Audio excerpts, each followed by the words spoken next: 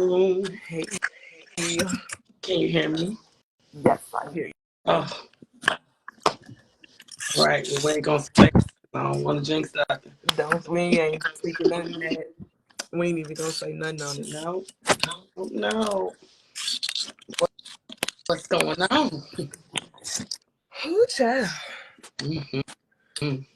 Life is going up. Mhm.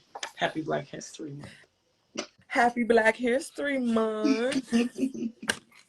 Yeah. It's been a lot going on, baby. Yeah, messing with y'all new president. Yes, definitely. And what we got? 30. We've been in 30, 33 days, 34 days. He ain't even been in that long. No, he ain't been that long. I'm just saying. Just in it. We ain't been it's been a lot going on in the very short amount of time that we've been here in 2025. Oh, way too much, baby. I know this the year of the snake and all of that, but I don't know, girl. Like, it's crazy. This is crazy. It don't feel real right now. It just, I feel like I'm in a video game or something, man. I'm trying to press the end button and it ain't working. I told a client the other day, I said, I feel like I'm in a matrix. I said, is this really what the matrix is? I said, is it the blue pill, right? That's what wake you up, right? Don't give me the line. I think it was the blue pill. You want to take the red pill or the blue pill? I think it was whichever pill that woke you up, though. Girl, I was like, we're living in a cult. And I don't know, like, I'm just like, did I really take the blue pill? I can't believe that all of this stuff is like really going up. Like, people really think like this. People really think, and it's very confusing to me because I just don't think there's no logic. And I'm just like, what happens? I was telling someone, and with this, well, whatever. Anyway, I get you have your extremists on each side, right? Right. But it's us in the middle that are like, okay, y'all crazy, and then y'all crazy. And then, like, the people that y'all following are just like, okay, I just can't believe that, like, we legit in the cult. Like, that's what I feel like. We're in the cult. And I just don't know how to escape it, you know? I know how to escape it, but yeah, we'll get into that. Not here. Real conversations out offline. Yeah. Talk about that. Told you I already got some, but yeah. So yes, y'all, welcome. Nicole. She said Nicole, the government name. Okay. Yeah, honey. How you feel about being Black today?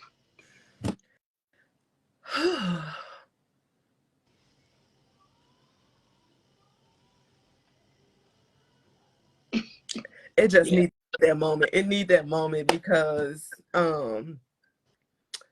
I'm just feeling real like heavy. Like I feel like I'm carrying a heavy load around. And you deal with that with life, period. But just this extraness on top of it with, what's going on in the world is like crazy. I'm ready to move out of the United States. That's what I'm really ready to do. And it's so crazy because me and some of my friends from New York last year were talking about this, like, where we going? Like we was already before, he even got into office or anything like that. We was planning this back in the summer, like, where we going? What country are we moving to?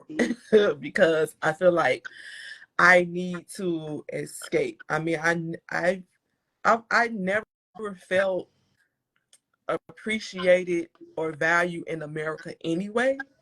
And this is just on full display as to why I have these sentiments and have these regards of why I never, ever felt valued or seen or appreciated. And I just want to go to a country where we are valued, we are loved, we are supported, we are uplifted, we are encouraged, we not suppressed. Nobody's intimidated by our talents, nobody's intimidated by our skin, nobody's intimidated by how we look, dress. None of that. It's just a smooth sailing, easy life because I don't know, America portrays itself like it's so great. And I just feel like it's just other countries that's just better for Black people and more easier and more,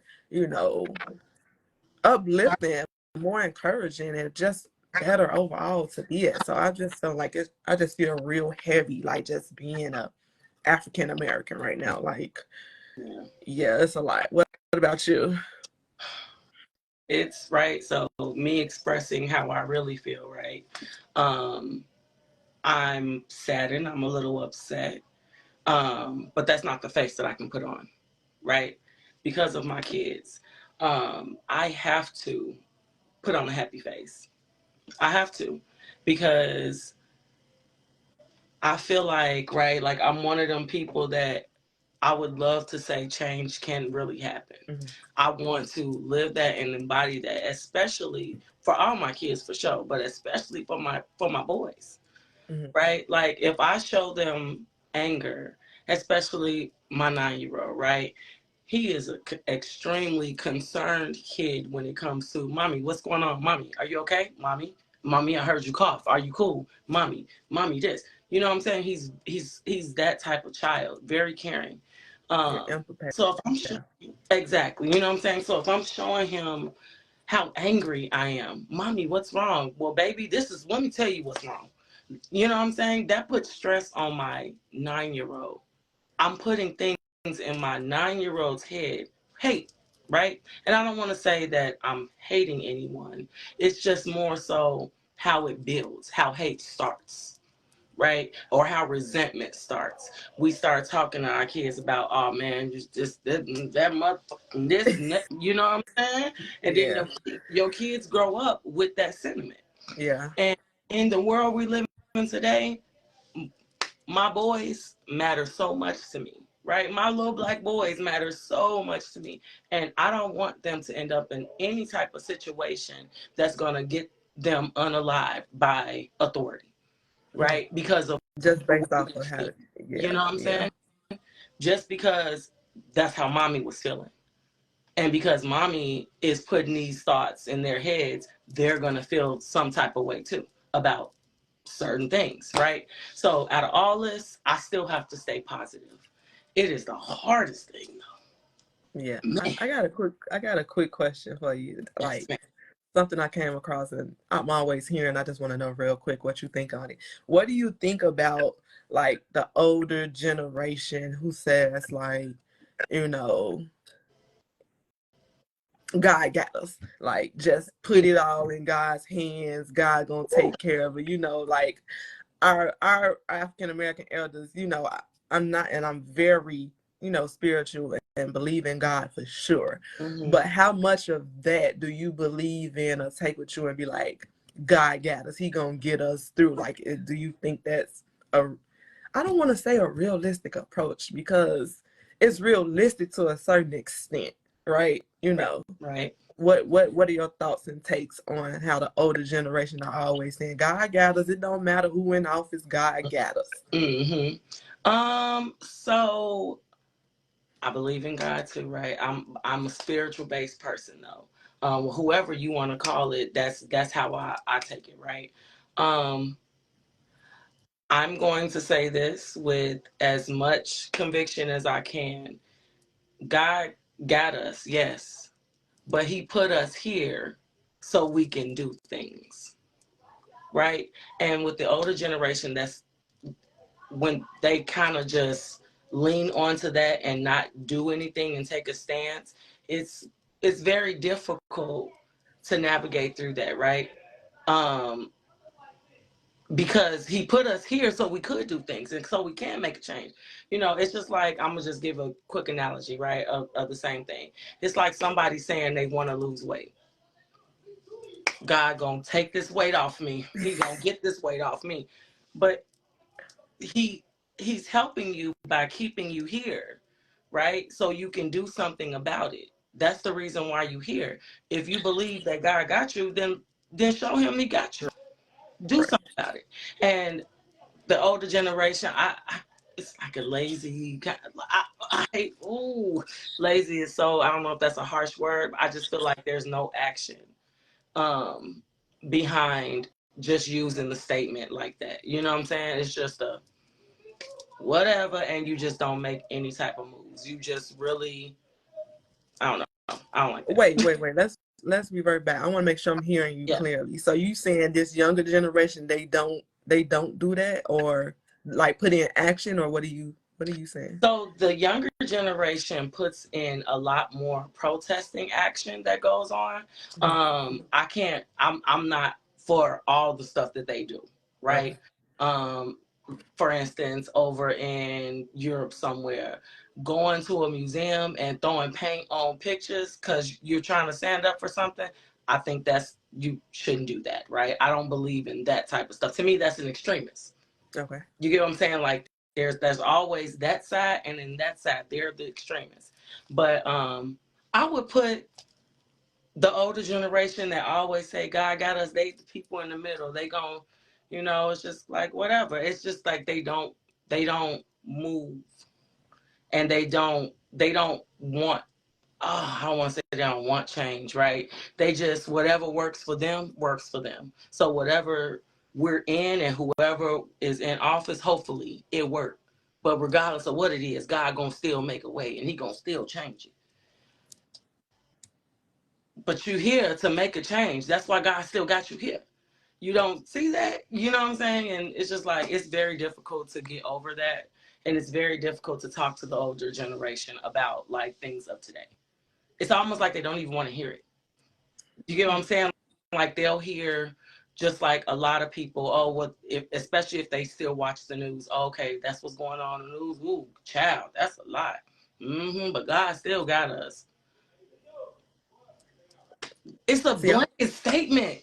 yeah, I'm kind of torn on it because I do see older generations who are still advocating for us. Like I see, the older African Americans still advocating for us. And they started it. You know what I'm saying? And the baton should be passed on to us. You know what I'm saying? I don't feel like they can still be out there, but I feel like we should be the majority, right? We should be the majority doing something because I feel like we don't know what they have done already, right? We Right. can only speak on what they do right now and what they say right now, right? And I know that that's what a lot of it is right now. And I get to your point, you are correct. There are some who just solely rely on God and be like, God got us, and that's And that. don't.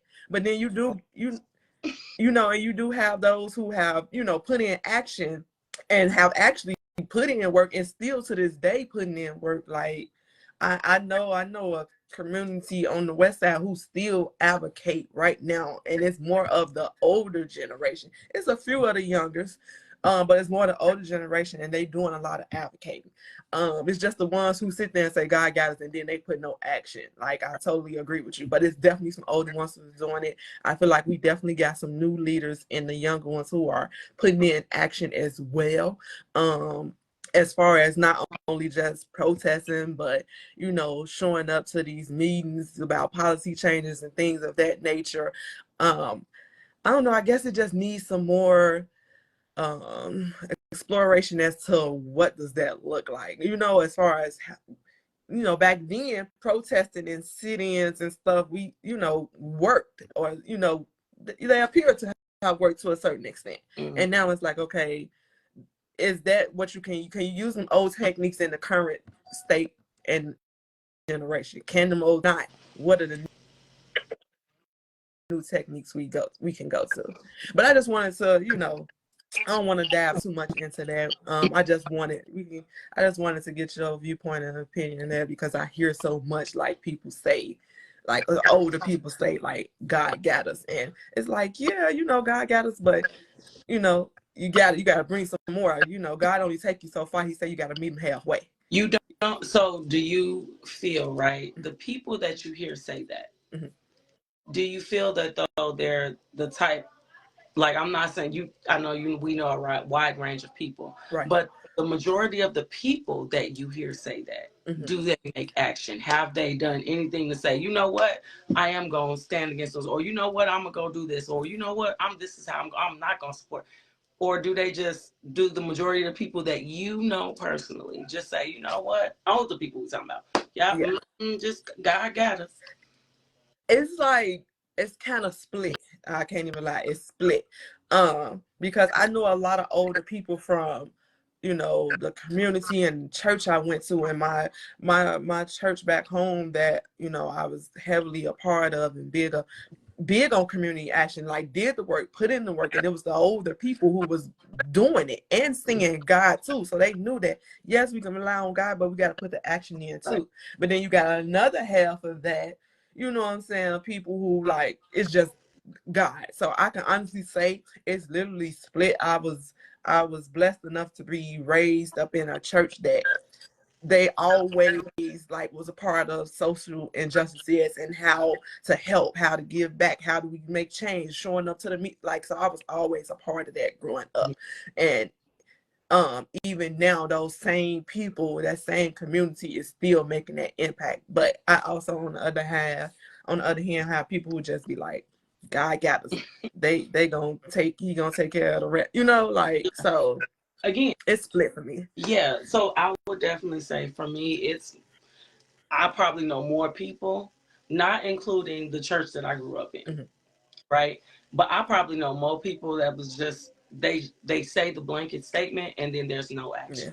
I definitely know more people like that. Or it ain't God got us, or you just gotta trust in God. Well, however you want to say it. Yeah, You same get, difference. right. Yeah.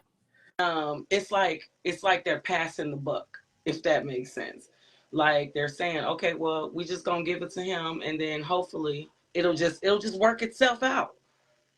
And it's just like, I don't know. That's a, That's, yeah, it's a it's not, frustrating I mean, it's a frustrating statement when you yeah, say it and then there's nothing. yeah. Because to me, then I question, do you really know and have a bond with God? Because then it's like, if you really know and have a bond with God, he say he helped those who help themselves. He gonna meet you halfway, but you have to do something. You have to implement some type of action on your own. You have to show him that this is what you want. This is what you want to do, for him to be like, okay, I'm finna help in and help you, because now you're showing me this is what we want. Mm. But yeah, okay.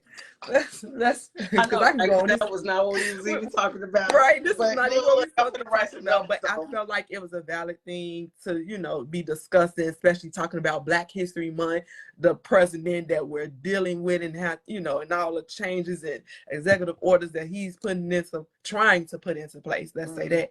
And yeah, it's just been real crazy and hectic. But yeah, let's go ahead and move on to, our topic of growing up in the city versus growing up in the suburbs, and why some people may have the mindset of that they feel or think that they're better because they grow up in the suburbs compared to, growing up in the city, and what that looks like from a racial standpoint. Yes.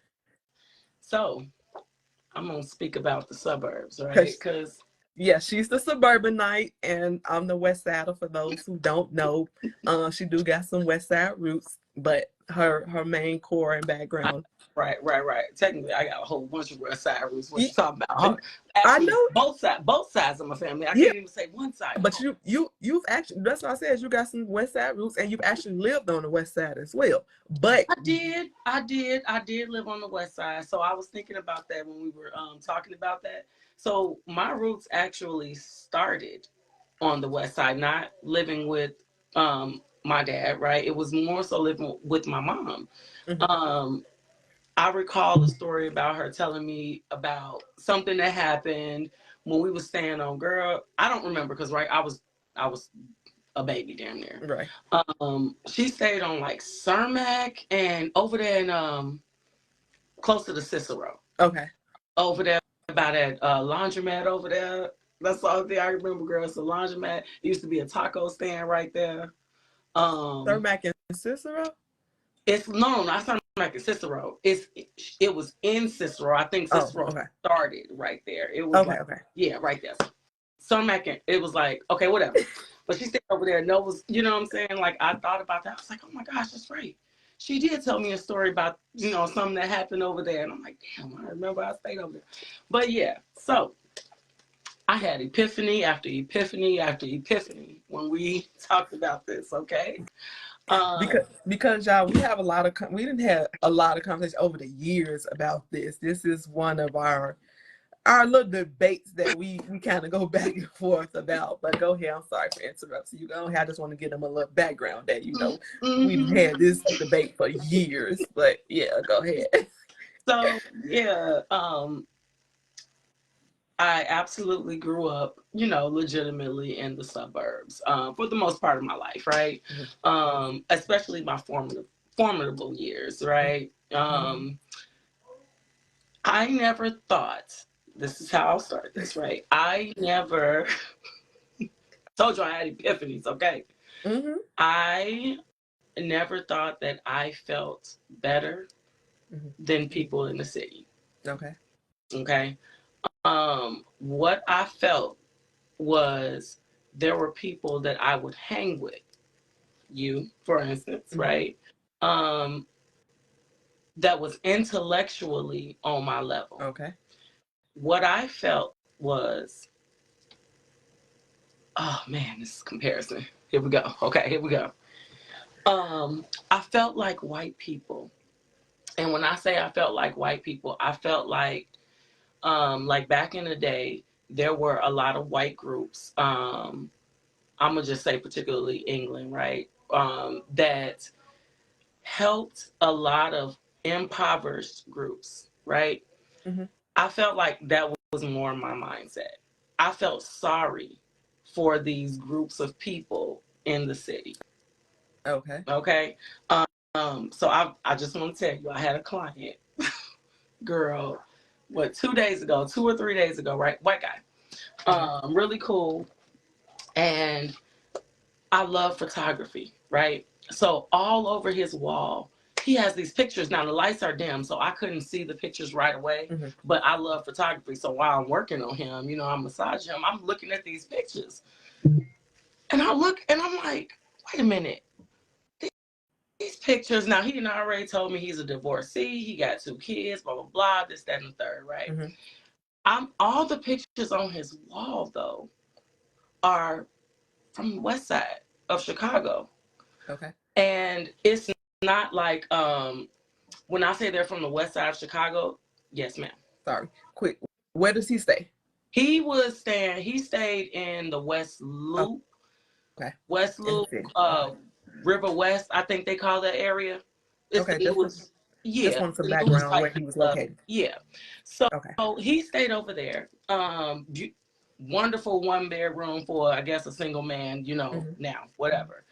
I'm looking at the pictures. I'm seeing all of the names on the street. I said, I know that place right there.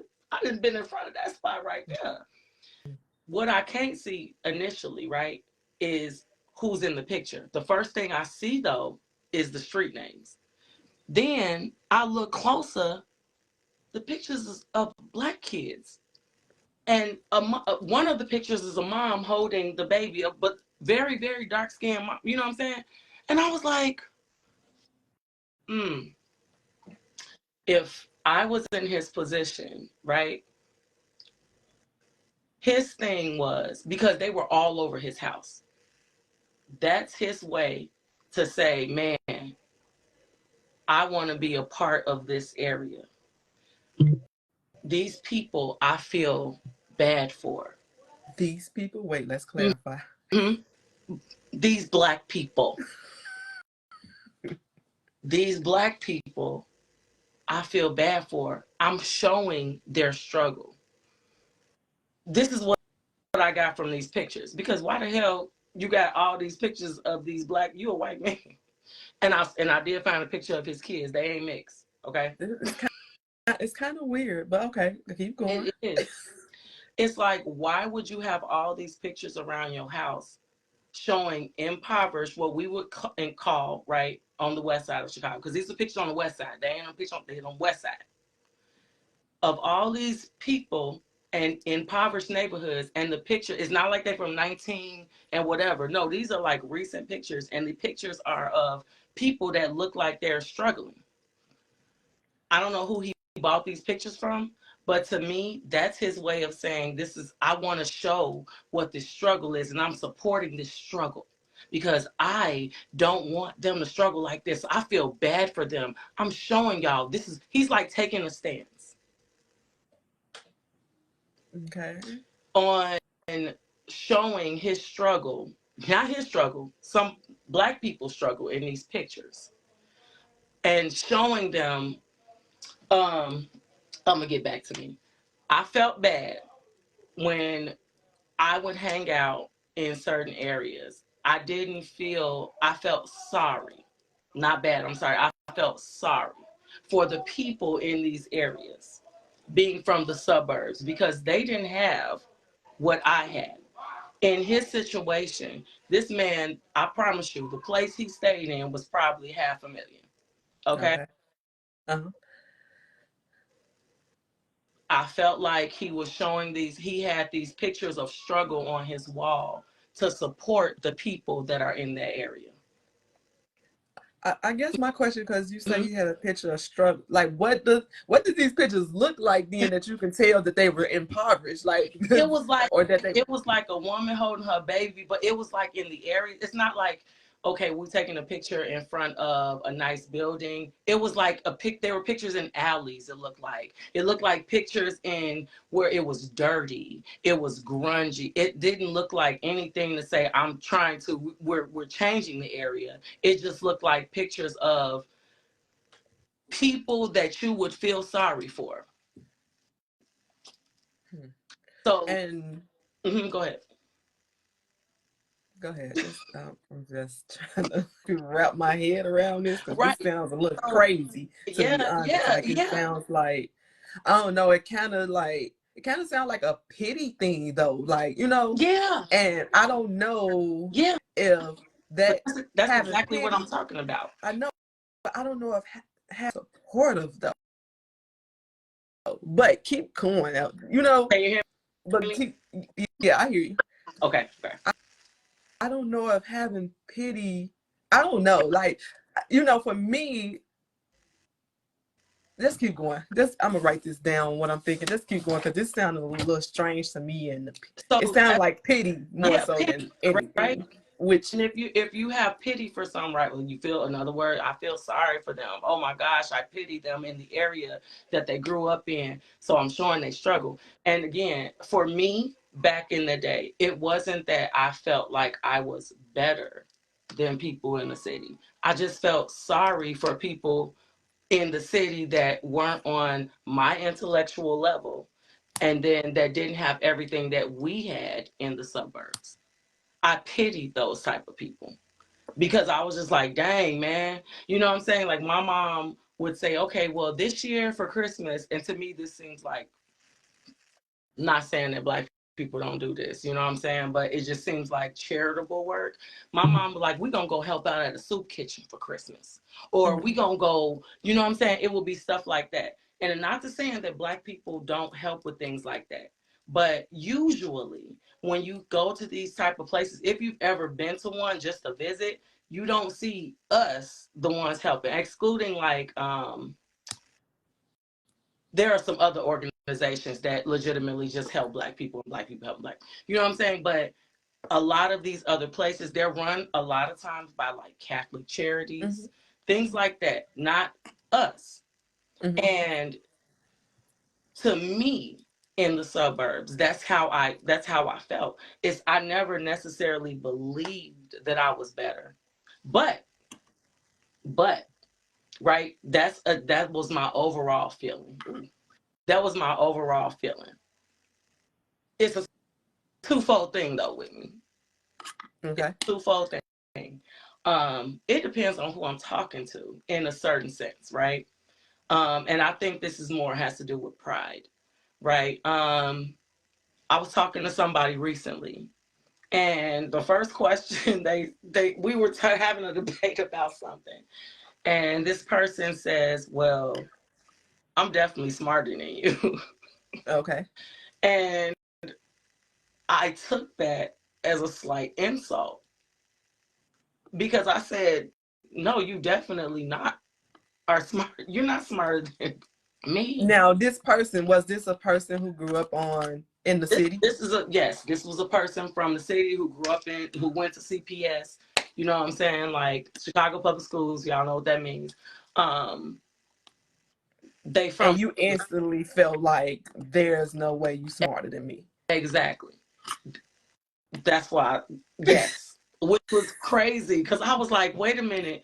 I know how I felt as a kid, right? I know that I felt bad for people, and because that's just my personality in general. But I felt bad, but I grew up wanting to support these people, right? My people Okay. wanting to support them. But when it came to certain people that I was talking to, I was like, hold on. I know what you had in the city, and I know what I had in the suburb, right? And I was like, damn, I did have moments where I felt like my education was much better than yours. You can't tell me that you're smarter than me. Mm-hmm. I did have moments like that. I ain't proud of that though, because like I really came to that, you know what I'm saying? Like I felt when I thought about that after that, right? Mm-hmm. And this was all after the conversations we've had about today. Yeah. I was just like, damn, I am convicted in my heart right now, like, because I really did. There are moments where I felt like, but it's just, girl, it's a lot. I don't think that I never really thought that I was better than people. I just felt sorry. I felt But depending on who you talk to, you did I feel better. Like, right. Yes, of moments where it's like, no, no, no. And it's not a moment of me feeling like I was necessarily better, but because I know the statistics, right? mm-hmm. Talking about general statistics, we already know that there's plenty of schools in the city of Chicago Right.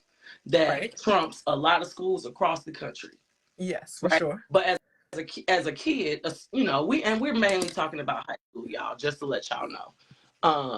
I Well, mean, I guess you can talk no, we about talking younger. about it all. No, you I'm talking. talking about high school, Yeah. my formidable years. That's what I'm really talking about. Um, what I knew, right, at that younger age, as those statistics, oh, well, of course they're better than us, or of course we're better than them because of the resources. But yeah, I had definitely had moments in my life, and I'm sure that wasn't the first moment I've ever had, right, in my life to say, dang, hold on, wait a minute now. I know what you did in this. I know what you had in the city. Now, you can't tell me. You don't even know what this is. You don't know what that is. And it was more so because I feel like we were taught that. Mm-hmm. Again, I do have those moments. Okay, so then, growing up in the suburbs, then what was your experience with other kids growing up in the suburbs when it came to because as we know, growing up in the suburbs, like we know the demographics in the suburbs, and it definitely don't look nothing like in the city. So being that black person growing up in the city, growing up in the suburbs, tell me your experiences that you even encountered just being a suburbanite against with other suburbanites that felt like was like, okay, wow, I kind of see why Mm-hmm. somebody would think or feel like from the city, why people from the suburbs feel like they Yeah. think they better than us. Yes. Besides what you just Yeah. kind of So said already. I will definitely say, right, I'm from two Okay. suburbs with my formidable years talking about high school. I started at one suburb in closer to the city, and I graduated from a whole nother suburb. When I transferred to that suburbs, it was a freaking culture shock. I Okay. from going from a high school that was pretty much black and Hispanic, Okay. um, with very, very, very small number of white folks that was going there, especially in our class. Going to another school in the suburbs who was like 60% white. Mm-hmm. Um, right? Uh, I can't say that I experienced racism Mm-hmm. in a sense, going to the other school, what I experienced was more like classism. It was a lot of the black girls, and we just gonna keep it general. A lot of the black girls that was like on the cheerleading team, right? Because it was legitimately like 60% black or 60% white when I was going there. Okay.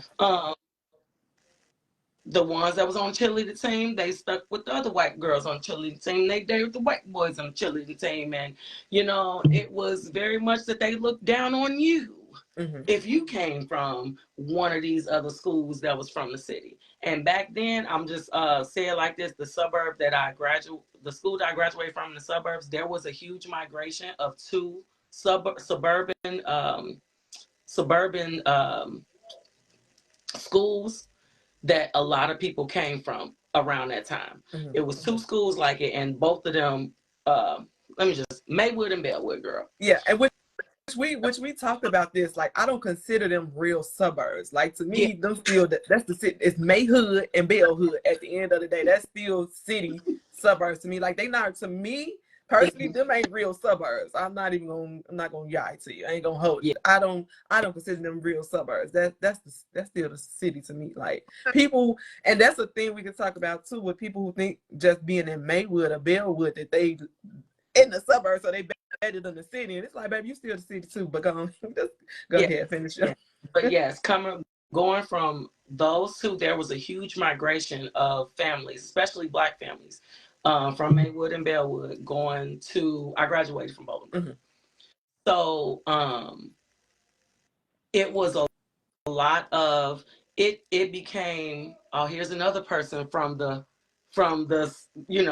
I don't want to say the hood, but here's another person coming from that school or coming from that school. And it was looked at, and again, it wasn't amongst really the white folks. I don't think they really care. Honestly, it was coming from the black folks. It was the black people that we had issues with. It was never you were looked at differently from the classism, from the girls from cheerleading team that dated all the white boys. But self-hate is a very strong word. It was coming from, we had to deal with a lot of stuff from other black people. Okay. And it became like a class thing. And it was because you came from Bellwood. Yeah. You know what I'm saying? And again, so it's like a what do you call it? Like a domino effect. People from Bellwood felt a certain way about people from the city, and then when I got to Bolingbrook, people from Bolingbrook felt a certain way about people from Bellwood. But it wasn't the white people from Bolingbrook. I can't say I experienced racism at Bolingbrook. But you can say that you had a lot more resources because of who were predominantly in those cities and who the resources was for. So it allowed you a lot of access to resources that you normally wouldn't have if you would have came from the city. Absolutely. Or been in the city. That's very true. There were probably, I'm not sure, like, right, only people that I've talked to, again, your experience is a little different too, because you went to a private school. Well, you went to on that. Yeah, well, whatever. It's not that different like how people think, but we'll get into that. Well, from what I would consider, right, there were other extracurricular things that we probably had that a lot of city schools didn't have because they didn't have the resources, right? Like, not to saying that there weren't city schools that had their own football field or something, but I know that there was a lot of schools that like shared like a major field in the city of Chicago, particularly on the west side. But ours was like state of the art. One of my, when I was on the track team, one of our coaches, they hired her straight from Russia to help us. You know what I'm saying? So yes, resources absolutely were there. I can't say that the kids, unless something was, said to them or they overheard something from their parents, I think more of the parents care more about that. For us, it was more so we just trying to navigate through this, right? And the socialism that we were dealing with in our high school, but it wasn't. It's definitely, you know, So do you think that because you were in an area that was not for you but support of other people, because you have exposure to the resources, do you feel like it made things a lot easier for you in life, as far as like how you transcended and direction of trying to, which way you wanted to go in life, or the things that you wanted to do, because you had you had those people to tell you, and you had those different classes that were not necessarily like math and all that, but you had the extra classes that help prepare you for, like, do you feel like it helped made an easier path for you? I I do. Mm-hmm. Um, I don't know, right? I've never went to any city school, Mm-hmm. so from what I knew, I'm just talking about coming from the school in Hillside West and then going to Bolingbrook. Even just from those two things, I don't think that I would have gotten involved in everything that I got involved in Bolingbrook, right? West didn't have a business club. Bolingbrook did. I do believe that that helped shape me, right? They had extra resources for us to have extra type of clubs, so we did that. You know what I'm Mm-hmm. saying? So yes, I do think that that absolutely helped shape me and shape the person I am today. Um, yeah, I can't really, I wouldn't be able to speak on anything outside of what was I was given. Yeah, and I get that, Yeah. but for you to feel sorry for us inner Mm, city kids, you have to know something I have heard, or what I'm saying, that's for you to, because how do you feel yeah. sorry for us? How do you feel sorry? So you feel sorry for, that's why I'm saying, that's exactly why when we started our conversation today, how Mm-hmm. as a parent, you have to stay positive, because when you start talking about certain things around your kids, or you start telling your kids certain things, they take that along in part of their development on how they feel and how they think. So if I'm hearing my parents say, we're going to go to the soup kitchen because we're going to help the people in the city because, they got it bad. Or if I'm hearing things, overhearing things, regardless of how I'm getting the information, it's not coming from me directly. I don't remember like seriously watching the news when I was a kid. I had to hear this information from somewhere though, right? Right. So on top of that, me going to places in the hood, right? Oh, well, this thing, what I overheard from maybe my parent. Oh man, that is kind of true. Look how they living. Oh Mm-hmm. man, look at that. You know what I'm saying? And it just makes you say, oh dang, I do feel bad. At least for me, it was Mm-hmm. a dang, I do feel bad for people like that. So I feel like an interviewer right now, but I'm just trying to, I know the audience, I know they got some questions, because I be having questions for you with this stuff too. All right. So then, did you ever have conversations or interactions with people from like CPS to know that, oh, your education definitely not on par, or was it how they talked, or how they did certain things that made you be like, oh, your education is not on par with mine, or something? Like, how It, did you know? yeah, I want to say that's probably a huge thing would be how they spoke, Mm-hmm. right? I think that's a major thing that said, yeah, y'all. I mean, and granted, I use slang and ebonics too, right? Uh-huh. Which is crazy. Um, which is another thing that's really twofold about a lot of people, a lot of kids from the suburbs. But yeah, it was a lot about the dialect. My dialect was, I spoke, in fact, so much so that I got called white a lot of times by people in the city. I got Because called you white spoke with. because I spoke differently. My mom, me and her had a conversation a few years back, how she would bring us, me and her folk, all four of us, and she would bring us to the city, and they'll be like, "Oh, why your kids talk white?" I distinctly remember in my girl, I had to be like 15 or 16, and I was sitting at a family member's house, and I was reading. I was like, "Come on, y'all, let me read y'all a book," and I was being talked about. I don't want to use the word degraded because I think that's strong. But I Mhm. was being talked about, oh, look how white she is. Look at that. She read a book to the kids. Yeah, you gonna do that. What? Because I'm reading a book. I I remember, and those feelings was just like, wait a minute, I am different. And I'm different.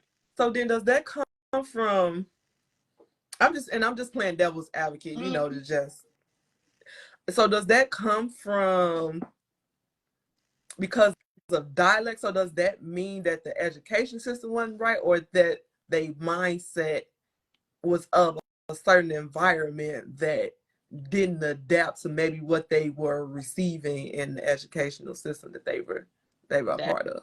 that could play a huge role, right? Mm-hmm. One of the things that I always thought about, and again, these are so stereotypical. I don't feel that way today in that sense, right? But one of the things that I thought about a lot of kids in the city is your school was only, pretty much good enough. If you didn't go to a specific type of school and you went to one of these other schools that was in the hood, you probably only was taught how to work at McDonald's. Yeah, yeah. That's what I felt. Like I felt like the education, and again, it could have been a resource thing, whatever it was, right? I'm a kid, I'm in my high school and formidable years. I'm not necessarily thinking about it so much so that I want to do something about it in that at those times, right? I'm just telling you how I felt at that. Your school only taught you this. We're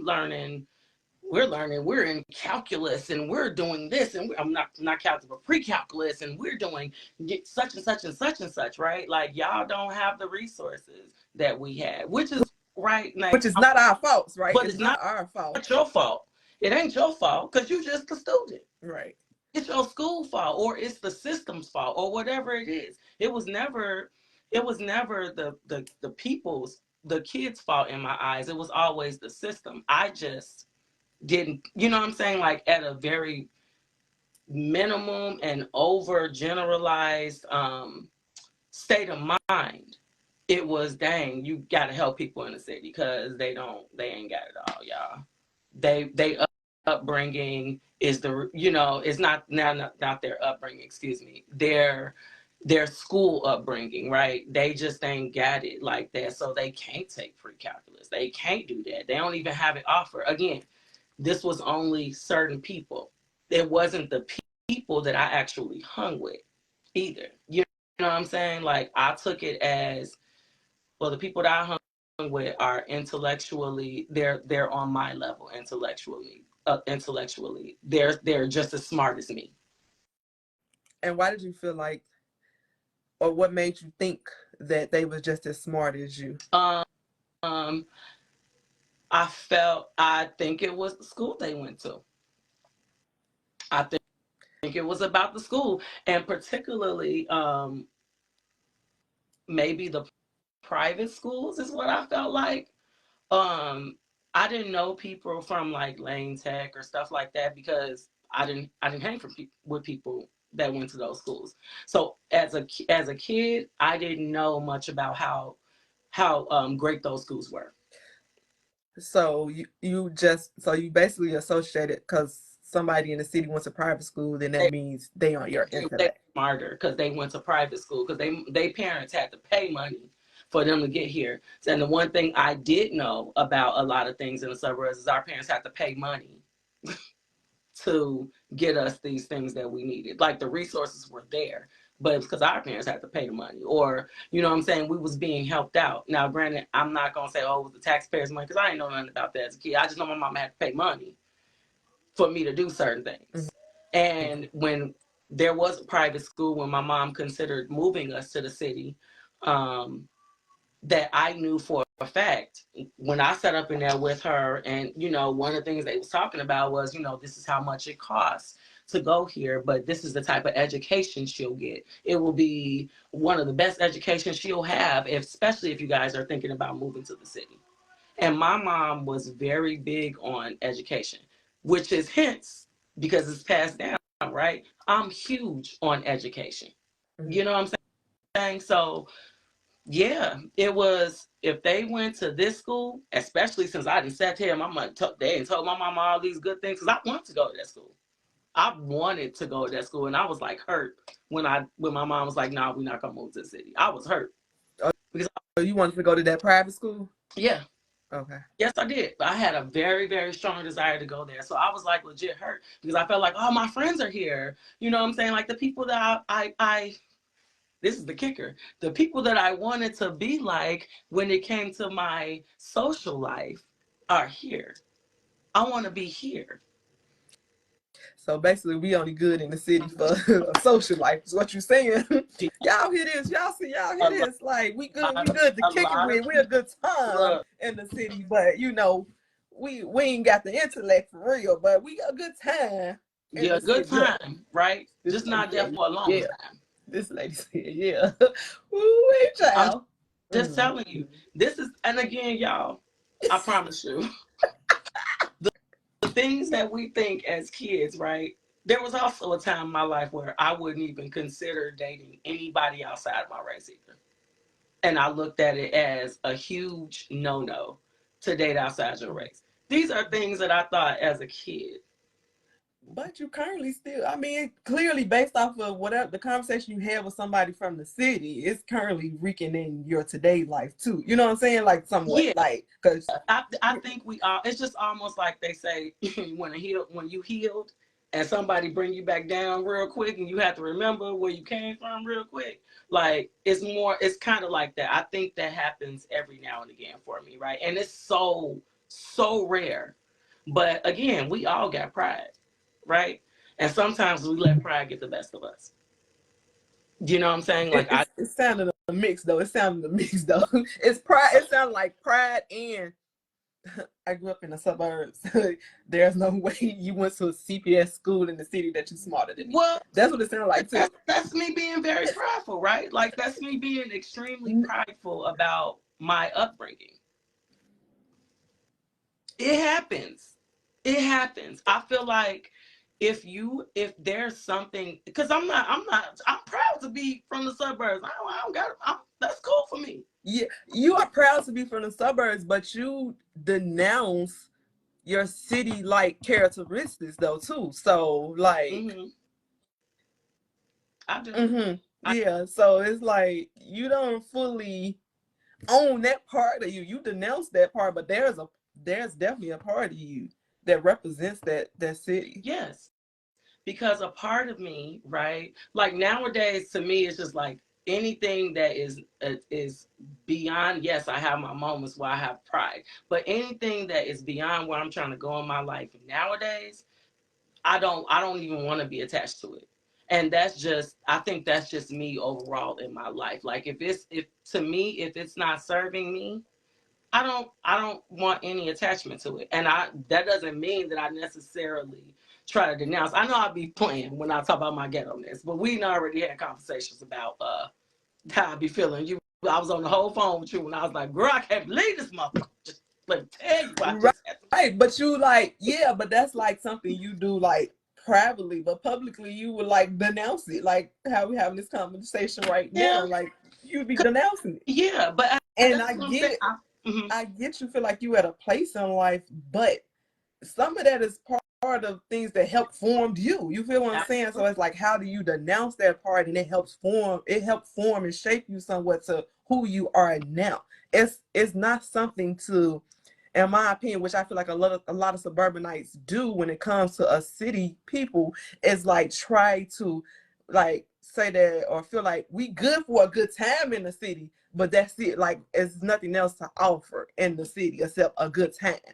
And but for you, some of that stuff shaped you and it made you into it. And so why would you want to denounce it? It's not about, it's a difference between, oh, I don't want to hang in that aspect of like, go back to the aspect of like, well, hang where I used to hang. That's different. But to just denounce it and be like, I'm not trying to attach myself or associate with that. That'd be my problem with a lot of suburbanites because, baby, don't use us for no good time.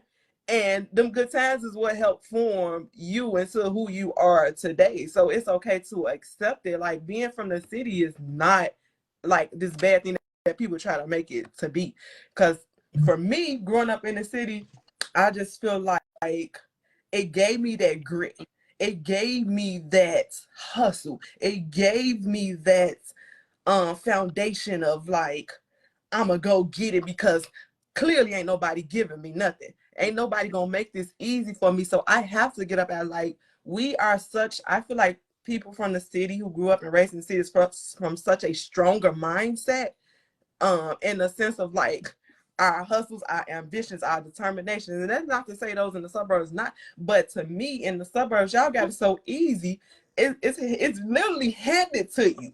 There is no hustle, there is no grit. And that's not to say that some of y'all don't have the mindset, you know, of going get it or hustling, but it's not nothing like the city, because we have to fight through everything to get what we want. And I felt like, to be honest, it prepared me more for this world, because living in the city is more of a realistic world than living in the suburbs, where everything is so easy and handed to you, and it's really not for us. You know what I'm saying? Our race is for the predominant race, right? So I just felt like that just made me like, it gave me that extra it gave me that extra like push. It just, I don't know, it just made me so much more aware and prepared for the world that I interact with now. Mm-hmm. Growing up in the city, for me, I'm gonna go ahead. I don't know if you want to say, if you want to have a closing statement before I go into me talking about the city. Or it's great, cool. Great segment. So growing up in the city for me, right? Like, so my mom was taught that, you know, a Catholic education was the way, because she went to, you know, Catholic school, and, you know, education is big in our household. And you know, when they was going to school, when my mom was going to school, Catholic school was free. Mm-hmm. They didn't pay for Catholic school. It was free. So then when it came my generation, it was maybe before, but it started, you had to pay for it, right? Mm-hmm. For me, going to a Catholic school, or just going to a school, period, that you pay for, I don't feel like it's necessarily better. Mm-hmm. And this is why I'm going to say, and I'm gonna speak on the Catholic school part first.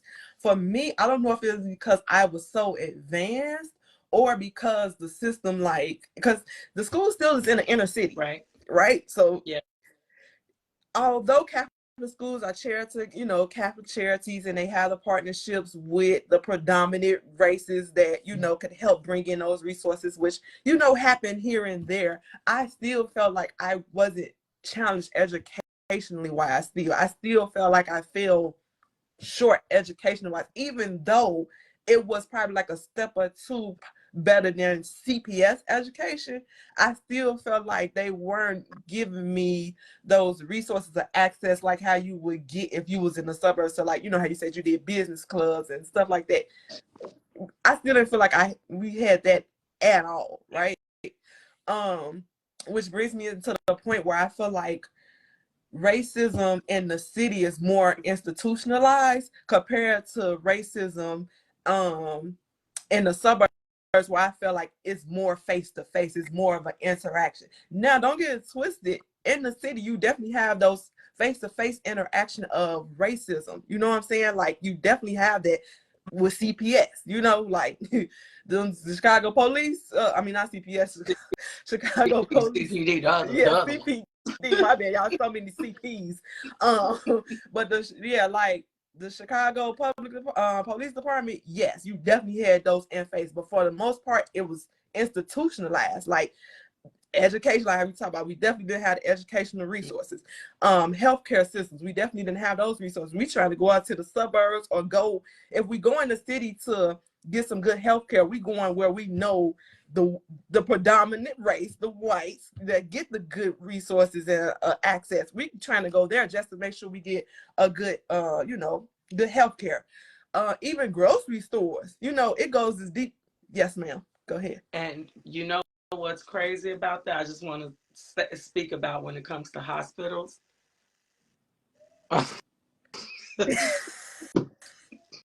Yes. Yeah. From the city. You know, one of the best hospitals was actually Cook County, right? Yes, definitely was. And but that's like considered not in our neighborhood though. You feel what I'm saying? Where I grew up at. That's outside of our neighborhood. If you get shot in the Holy City, they taking you to that St. Anthony or something like that. They don't even take you to Cook County. You feel what I'm saying? Cook County is a privilege. That was a privileged hospital to be able to get took into or be able to go to, and it was in a privileged area around a school, UIC, which Yep. is known for its predominantly race that a lot of cakes and gets them those Yep. resources and access. But that's what I mean.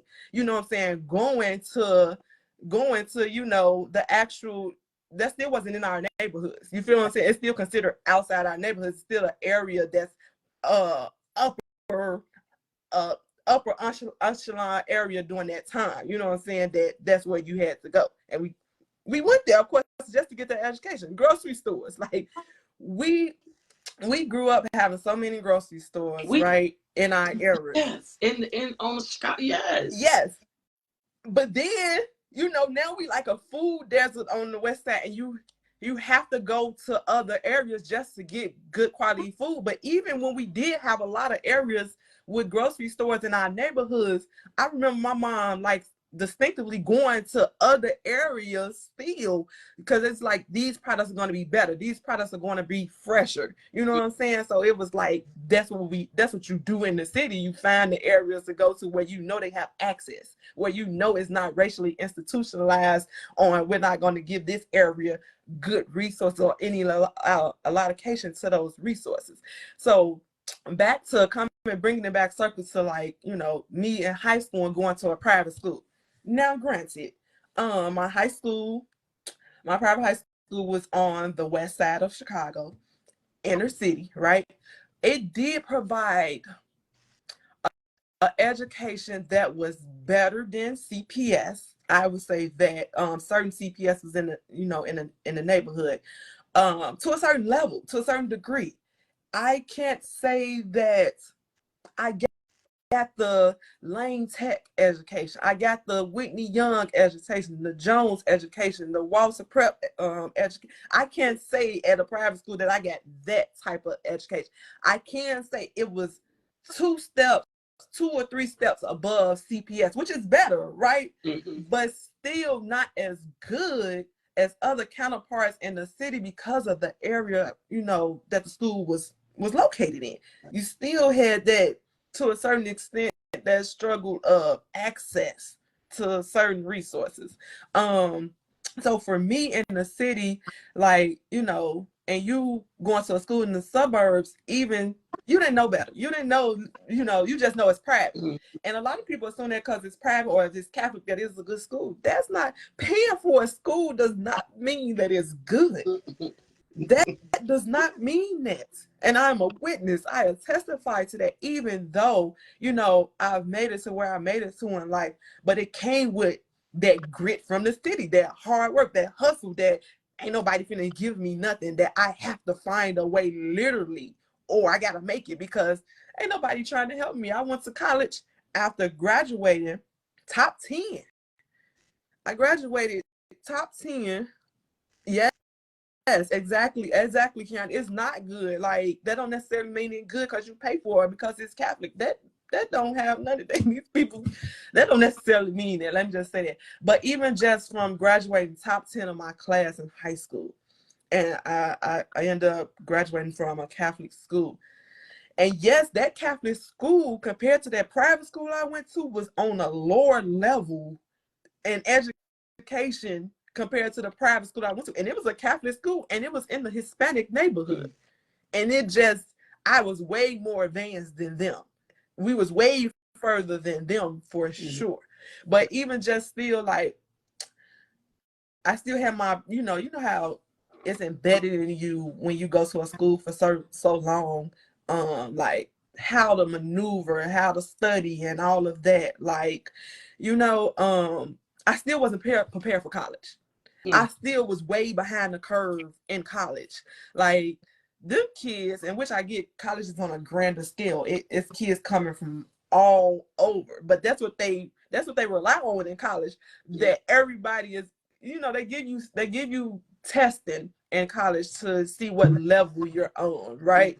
But even in college, I was like scoring lower in certain levels, even though I went to this private school. Education system was 2 or 3 steps better than the public school. I still struggle like hell because I still wasn't allocated all the resources, educational resources that was needed to help me survive.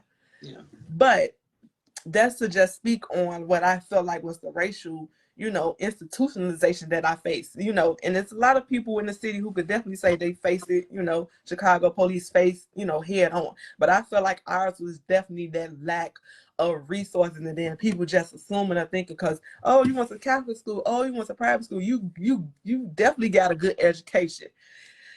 It kind of depends on who you're talking to with that, on what's a good education. What do you consider a good education? What does that look like? What does that implement? So although people think that being in the city is such this bad thing, and it does have its lack, right? That's what everywhere, you know what I'm saying, like it definitely has its lack. But I feel like, and I could be wrong, I feel like more successful people come up out of the city than in the suburbs. And I'm gonna tell you why I think this, and why I feel like this, and why I have seen this, and I have experienced this. You guys, it sounds crazy to say, but life too easy for you out there. Everything is handed to you. A lot of people don't really get that work ethic, don't get that grit, don't get that hustle in the suburbs because it's laid out on a platter for you. Whereas in the city, we really have to work. Like we really have to develop a work ethic to even try to get somewhere, you know what I'm saying? Because we don't have those access. You got to do so much research and looking into things and finding out, okay, where, because resources are hidden from us in the city, literally hidden. I can speak on aldermen, all the women I've reached out to for resources in the city, and they was even had the resources, like, and they was black. You feel what I'm saying? Like, it's crazy. So like the grind and the grit and the hustle and the mind state that you have to survive and make it out of the city, or even make it in the city, it prepares you, to me, more for life than it would do in a suburb, because y'all just don't have that hard racial institutionalization that you're going up against. Like, we're going against like government agencies, and like, to get resources, and they know they have all the power. Like, they know, you know what I'm saying? Like, it's really set up in the city for us to fail. Literally. That's exactly why I said, when I thought about people in the city, right? Not the people that I hung with, but everybody else. It was one of them things where I felt like the school system was just made pretty much to teach y'all how to read and how to count.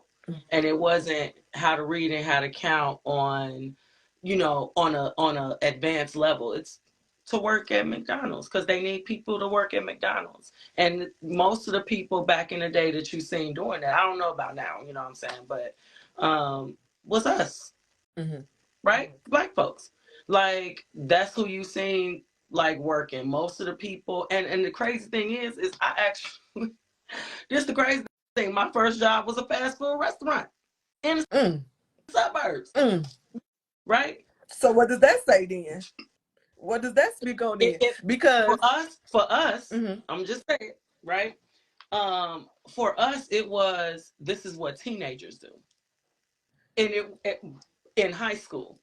But for the city, it was, this is how you teach them what to do after high school. So you don't think people in the city as teenagers work in, Yeah, but yeah, you but saying majority of it was after. that's what, you weren't amounting to anything else but that, in a sense. Um, it was, yes, teenagers worked at all the fast food restaurants and all that kind of stuff, right? But in the city, it was almost like you ain't getting no further than working at this fast food restaurant. Like, you may be here after 18, after 19, after 20, after 21, because your teachings was only pretty much the basics, if that makes sense. It was just the basic. Again, not the school you went to. It was more so like the schools that really didn't have anything, any type of if you were, and again, the crazy thing is your school was in a neighborhood that they didn't consider to be like a gentrified neighborhood back in the day. I don't know what it is now. Oh no, it was inner city. It's still inner city. Yeah, inner city. So I know that they're gentrifying some of the west side now, or they've been doing Yeah. it for you. They've been doing that for a minute, but we still call the inner city. No matter, when they get done gentrifying or whatever, it's still gonna be considered the Right. inner city to a certain extent. Right. Right. So if you would have went to not your school, but if you would have went to any of the other schools, it was, they ain't trying to teach y'all how to be nothing. They're not trying to. You had your exceptions at every school, right? These are the top of this school right here. You got them exceptions or whatever. But outside of that, it was just that's what your school taught you because that's the only thing they could afford, or maybe they didn't want to put y'all resources in there, or maybe they didn't want whatever it was. The thought process, at least for me growing up, again, I can't speak to people who legitimately like that was just all they felt all day, because it wasn't a necessarily thing for me to feel bad. I mean, I'm sorry, to feel like I was better. I felt bad. I felt pity. But again, depending on certain people I'm talking to, right, I was like, hold on, you not gonna say you smarter than me, because stereotypically what I know about the city, or what I did know about the city back then, again, totally different thing. My daughter about to go to high school, and schools are a lot of schools in the city have wonderful statuses for the country. You get what I'm saying? Like the type of schools that we offer in the city of Chicago now. But again, back in the day when you were a teenager, like you're just like, oh, but me, I'm just like, oh, feel bad for them. Man, bro. They just can't, they ain't got it. They ain't nobody helping them. Like I felt bad. I'm gonna stop speaking for everybody else. I felt bad. So what do you think on my statement of that? I feel like people in the city, I feel like are more successful, or can be more successful, or than those. So I don't necessarily say that. I mean, can we say that? I can't really say that when it comes to as far as success. I feel like the city is way more dense than the suburbs, right? So if we're talking about statistics, maybe possibly statistically wise, right? Because there's way more people in the city. There's a lot of people in the suburbs, but there's way more people in the areas that we will be talking about, right? I feel like success comes from people that want it. I can't say that I felt like it was more successful people in the city because you had to struggle. Because again, struggle looks different for everybody. I can remember specifically, right? Like I said, I never experienced racism at the school in Bolingbrook, but there was a time, like in my business club, right? I worked very, very hard. We had to go up for positions, right? This is just a side story. I was vice president. When I tell you that I was going for president, that's what I was going for. I literally sat at home. I made sure I had my speech. I practiced my speech. I did everything, any and everything, to make sure that I was fully prepared to give a great speech so I could be president of this business club. What we would call today a jock, right? So a dude on a football team. When I say I was prepared, girl, I came in a suit. It was a business club, came in a suit, right? This dude, from this team, we was all in the same grade. He got it. He came in some shorts and some flip flops, and like he just was right about to go to football practice before he came up in here, and was like, "Yeah, you know, I think it should be me because I mean, why not me?" And they voted him in to be president.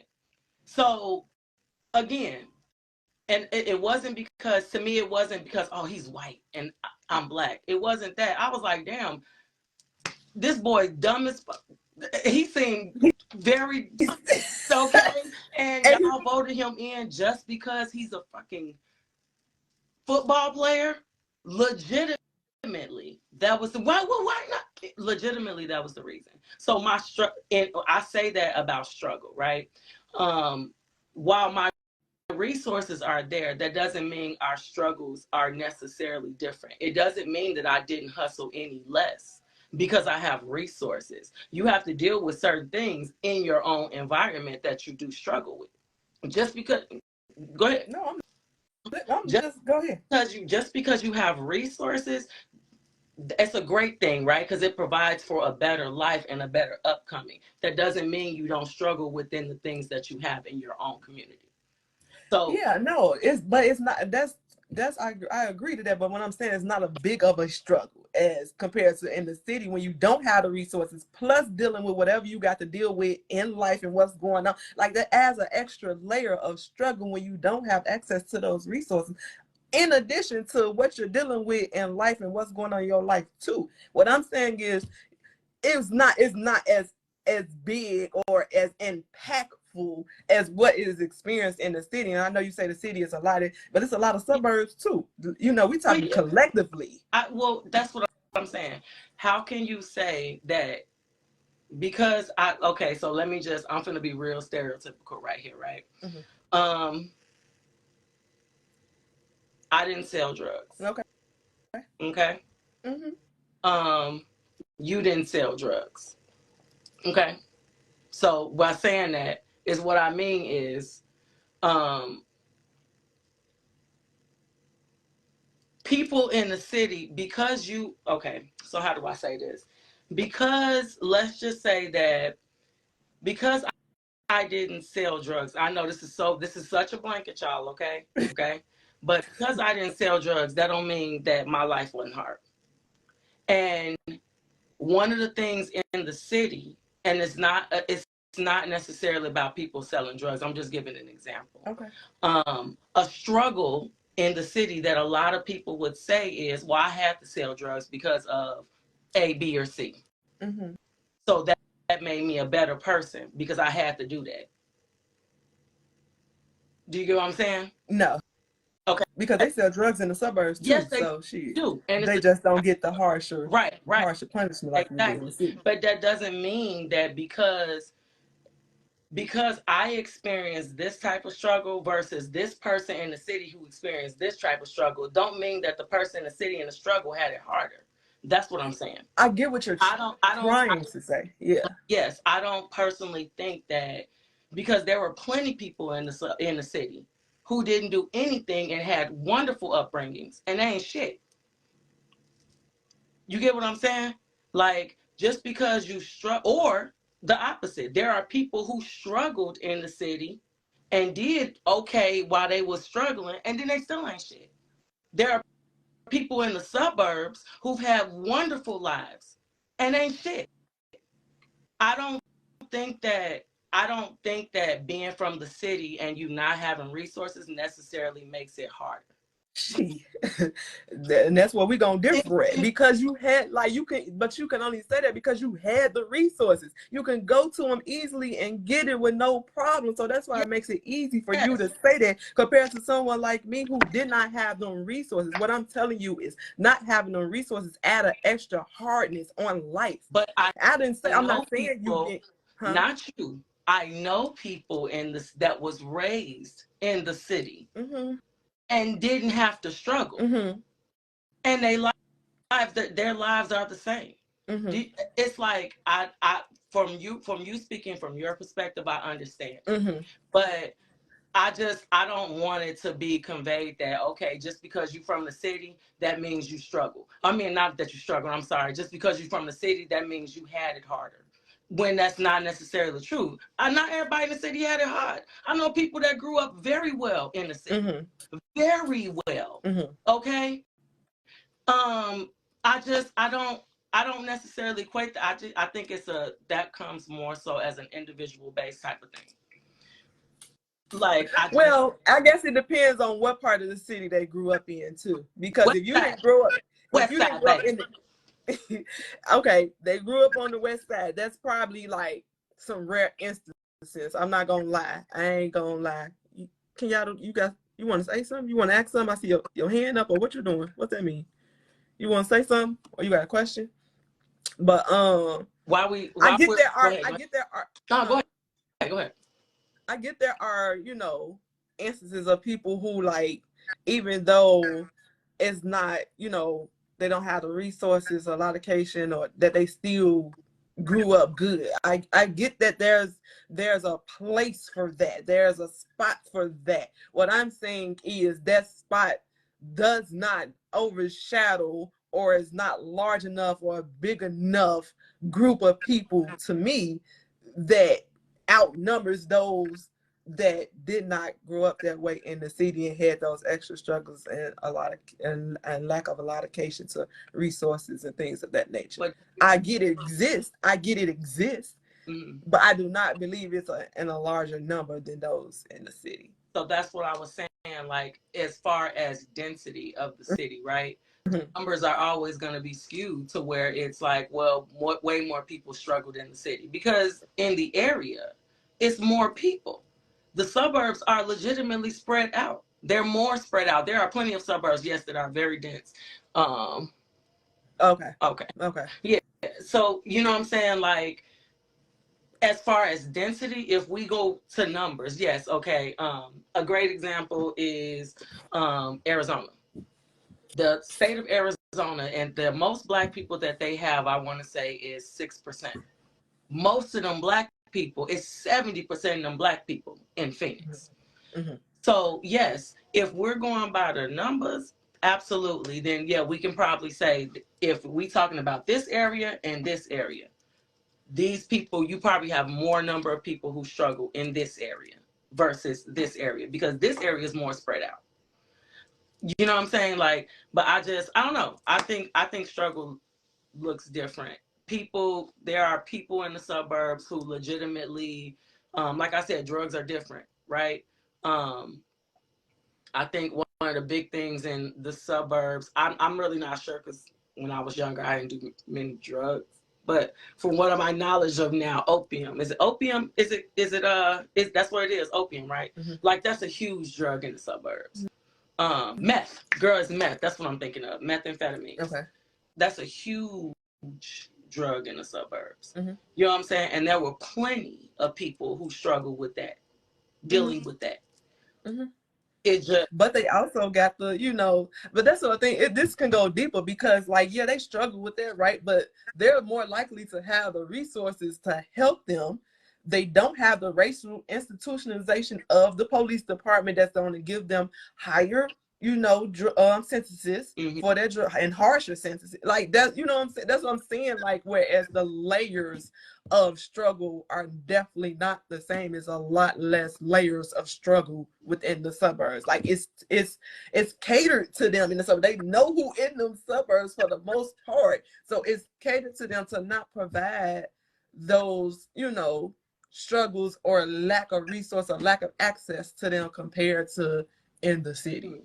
But yeah, so but I hear what you're trying to say. It's just it's levels to it, and it's layers. And I feel like when you have big institutions mm-hmm. that are racially profiling you, it's a huger, grander scale than that was done in the suburbs. And that's not to say, I know black people definitely experience racism in the suburbs, but it's a face-to-face racism. It's not these big institutions that, like, literally they're going against. Yeah. But yeah, okay. So, I do want to read something that somebody said off of TikTok, and just want you, how do you feel about this? I think we kind of spoke on it, but I just want to see what you think about this. So Des the doula stated, she says, I was raised in the hood, but raised my children in the suburbs. They don't think that they're better than anyone else. They know where we started and where we're going, and appreciate both. And what I think you want me to say to that? I'll start, right? No, I'm saying, like, what do you like? So, are you asking for, like, commentary on what I think on that statement? What's your opinion about that statement in that sense? That's a loaded statement, because I feel like you're speaking for your kids, right? Like you're speaking saying my kids don't feel like anything, and I get that you're probably saying that on the basis of because you're there with them every day, and you know what I'm saying, maybe. But do you? I don't know. It's when parents speak for kids, it's a little hard for me to kind of intake fully because a lot of parents think they know their kids. A lot of parents think that what they're teaching their kids is being intaken properly, and because they're displaying it around them, that's what they feel and think. But you get your kids who, when they're not around their parents and they're in the public, how they may act and do. You know what I'm saying? So you can never really know for sure. That's just like a kid, like that's just like a parent to me saying, like, my kid would never do this, my kid would never do that. Why you say that? Because you around them and you think that they won't do that. And to be honest, parents, I feel like kids are with other people more so than their parents. Mm-hmm. So I think that's a pretty fair statement, right? you Especially know, when it comes to school. When it comes to school, for sure. school, after care, if they in clubs, if they on sports teams, they're with other, all of that to me is more time with other people than actually with the parent. On you know what I'm saying? Like parent, you see the kids in the morning, in the evening, and then weekends. I feel like that's not a statement that can be made fairly, that you can really say, oh, my kids don't feel like this. But if I try to not think so logically and deep into that, I don't know. It's hard to have. It's kind of really like a little blanket state. Like she just generally saying like my kids don't feel like that. They don't think that. But do you really know that? Like what she didn't really provide any like kind of substance that supports her statement. It's just a statement, and everybody can make a statement, but I don't know if I can really give commentary on that. Let me hear what you think on that. What you get from the statement? So I get from this statement about how my mom wanted us to go do charities in the city. Right? My mom from the west side of Chicago. My mom is from the hood. My mom raised us in the suburbs, right? Again, which provides part of the way I think and how I thought when I was living in the suburbs, right? I pity them. And it's not to saying she's not saying any of that, right? She's more so saying, well, I've taught them. Same thing, right? I've taught them. And I feel like she feels very self-assured that her children understand that, hey, you ain't better, you just was raised in a better environment, if that makes sense. Again, better environment, putting that in quotes, because again, you could be raised in, like you said, it was Mayhood and Bellehood. You know what I'm saying? Could your environment, but I feel like she is a very proud mom to pretty much say that. Like I feel as though she feels like there are things that we did, and I made sure that I put in their heads that, hey, we help our people, we help our own people, like, or whatever it is. Her, in her sense, we all came from here, so we ain't gonna treat nobody different. And it was more, to me, it sounds like she's like ingrained that in their heads or whatever. You know what I'm saying? And again, that's how, as kids, how our first thoughts are formulated anyway. Same thing as about how we started this conversation, girl. You know what I'm saying? Like, as much as I'm upset about certain things that are going on in our world today, I can't necessarily go and speak that around my kids or to my kids, because that's how they formulate these things as children. To say, oh, well, shoot, motherfuckers don't like him anyway. You know what I'm saying?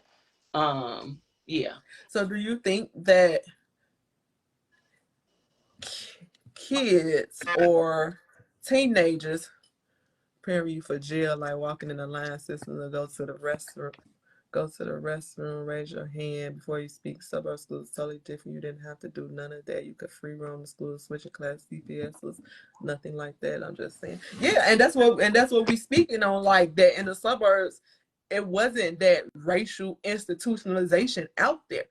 The resources are given freely, wholeheartedly, because of they know the dominant race that's out there in those in those areas, Duke. So like that's why, you know what I'm saying, that's why we speaking on it. Like it's totally different on the layers of struggle that you face in the city versus the suburbs, because we're racially institutionalized in the city heavily, like heavily in a lot of different aspects. It's not even just the education system. Like I spoke on healthcare, I spoke on, groceries. Like this expands a large range of racial institutionalization in the city, and they don't. You get the basic education in a CPS school, depending on what area that CPS school is located in, because there are CPS schools that, depending on their area, they get those resources. They are allocated because of the demographics that's in that area. Demographics, and also, I want to say certain schools, right? Let's just use Lane Tech. Mhm. We know for a fact that, would you say Lane Tech is technically in the inner city? Would you say that?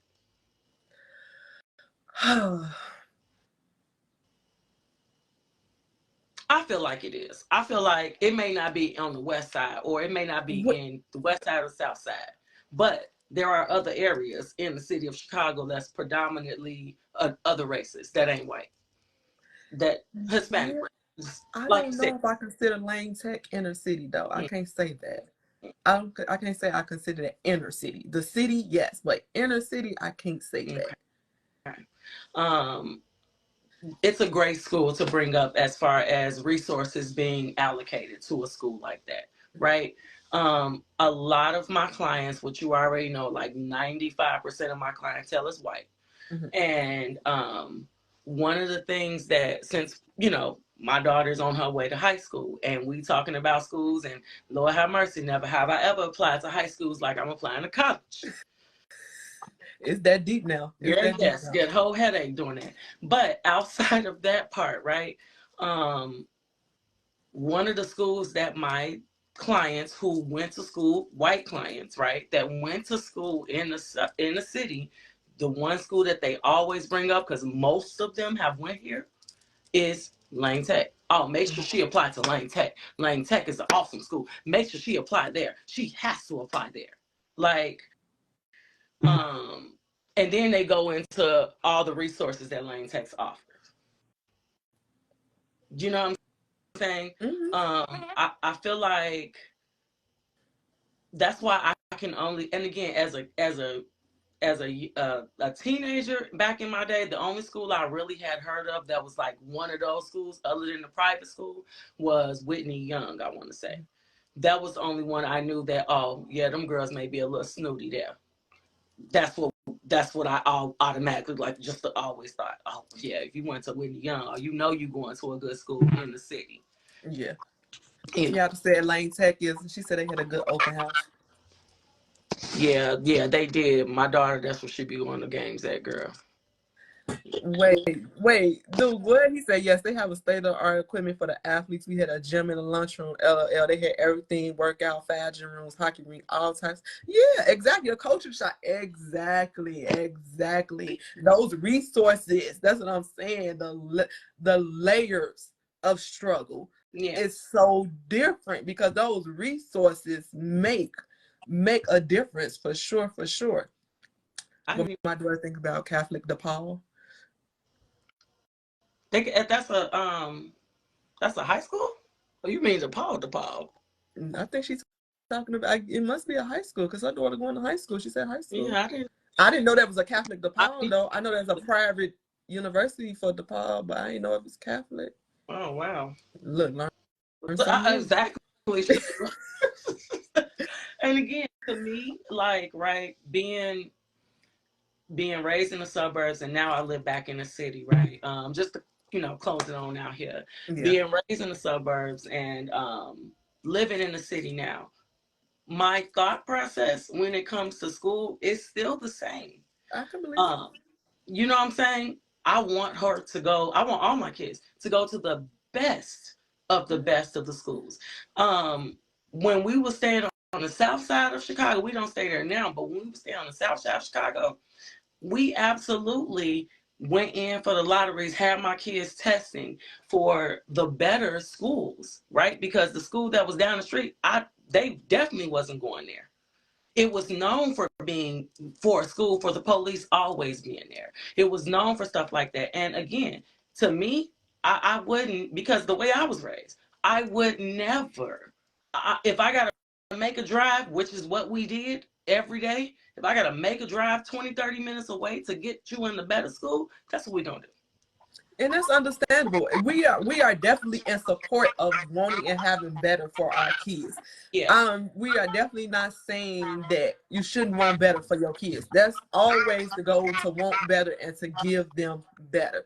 Like, let's be clear, I am very much so, and we are very much so in support of giving our kids better and making them and making sure that they have better. Mm-hmm. What our discussion was today was based off of, people feeling like because they grew up in the suburbs, they're better than those who grew up in the city, and then breaking that down to look at, okay, what makes them feel that way, and then we look at, okay, there are a lot of people in the suburbs allocated those resources. Mm-hmm. We in the city, inner city are racially institutionalized, and we don't have that privilege or that access. So, but it's more resources now than what they was given. We I wasn't agree given with that with certain things.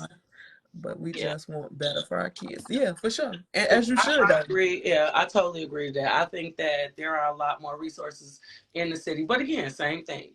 Even the certain schools, right? Like the schools that my kids go to, I think it's called they're called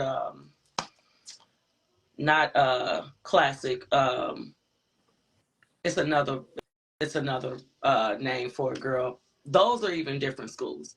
Right? It's still not the same CPS. I personally feel, I don't know, my daughter and her friends is a little different today. I don't know how they feel about other kids. I know how they feel about the kids that go to other schools that are around that's on the same level as their school though. Right? Well, we don't mess with them because you know what I'm saying? And these are all kids, all they schools are surrounding each other. Oh, we Mm-hmm. don't mess with them kids over there. They too bad. Oh no, we don't mess with them kids over there. This is how they feel about them, even in their own generation of little pod of kids that they kick it with. And and one last thing, and then we're gonna wrap this up. Yeah. So I wanted to speak to Kenyala's point about, there's a lot more resources now in the inner city. It's definitely probably a lot more resources now because gentrification is going on. Mm-hmm. I know they start bringing up, some people say it depending on the KIPP schools, some KIPP schools are good and all of that stuff, and some are not.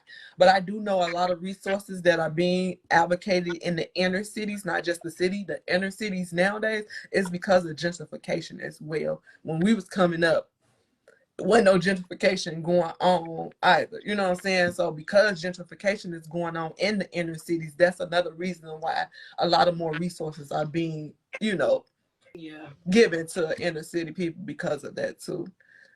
I still mean I've learned a lot. I look for diversity because that's what I was taught.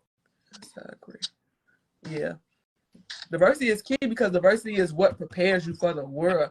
That was one of I wanted to go to an HBU so bad, but I'm like, I felt like I've been around Black people all my life, and this world is not just all Black. You know what I'm saying? Like, and I wanted that diversification. Like, I needed that. Crazy. So this is the crazy thing. I've always wanted to go to a HBCU, but again, it was a conflict, right? At a time in my life, I didn't feel like, if you was Black, you probably should have been with a Black person. You know what I'm saying? And I so bad wanted to go to a HBCU, and I think that had a lot to do with the culture shock that I experienced at Bolingbrook. It's too many white people here. And again, they never did anything to me. But it's just too many of y'all. Yeah. Yeah. Yeah. Yeah, understood. But thank y'all so much for joining in on our Black History conversation. I hope y'all enjoy it. We appreciate y'all so much for engaging with us. And, you know, we always looking to do things better. So I always feel like you can inbox us, inbox our business page too, Raw, you know, and let us know what you think, what we can improve, what topics y'all want to hear. Like, you know, we here to not only engage in conversation between the two of us, but we here to engage in conversation with everybody. So feel free to drop y'all opinions, y'all topics y'all want to hear. Podcast coming in literally like 2 weeks. So excited. And I hope you guys subscribe to our YouTube channel and all the other platforms will have our podcast so you can hear us do more of these conversations. And definitely, you know, definitely let us know what y'all want to hear. We here for the people too. We here to talk with y'all and engage, you know, and thank y'all for joining and enjoy the rest of your day. Happy Black History Month. Happy Black History Month. Don't let them change shit. It's called Black History Month. Black Thank you. Power. All right. See y'all. Peace.